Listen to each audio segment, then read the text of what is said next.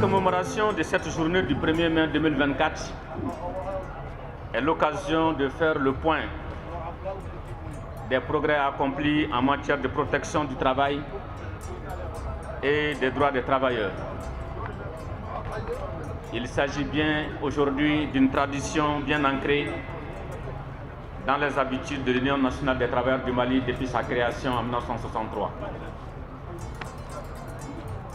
Monsieur le secrétaire général, je voudrais vous féliciter et l'ensemble de votre bureau, issu du 14e congrès ordinaire qui vient de prendre fin le samedi 27 avril 2024 au CICB, par votre élection comme nouveau secrétaire général pour les 5 années à venir.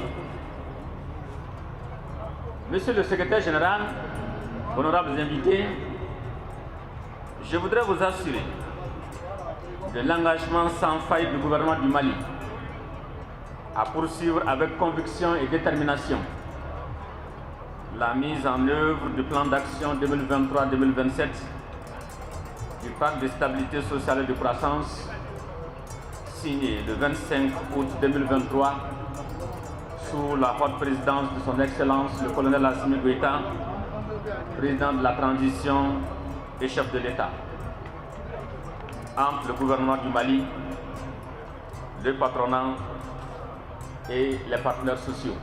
Un pacte pour la stabilité, une vision pour la croissance, comme vous le dites, travailleurs et travailleuses de l'Union nationale des travailleurs du Mali. Camarades membres du bureau exécutif de l'UNTM, camarades syndicalistes. Le 1er mai, fête du travail au plan international, dite des 3-8. Les 3-8, il s'agit de 8 heures de travail, 8 heures de repos, 8 heures de loisirs. Cela incarne depuis des années 1989-90 les vertus de libération de l'homme.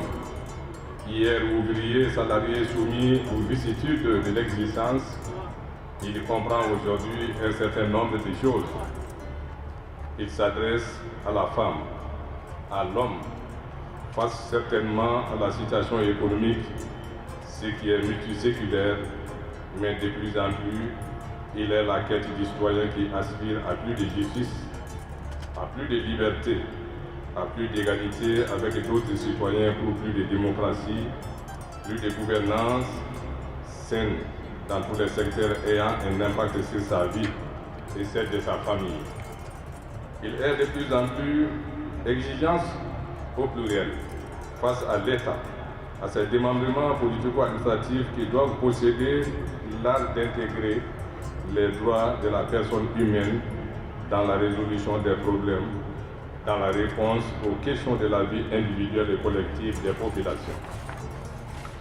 C'est sous cette acceptation que la durée du travail et les autres charges du travail ne se confrontent plus sous un angle de commandement aveugle et brutal, mais sous l'humanisation, le respect et la considération réciproque entre État et travailleurs d'une part, entre État, employeurs et travailleurs d'autre part.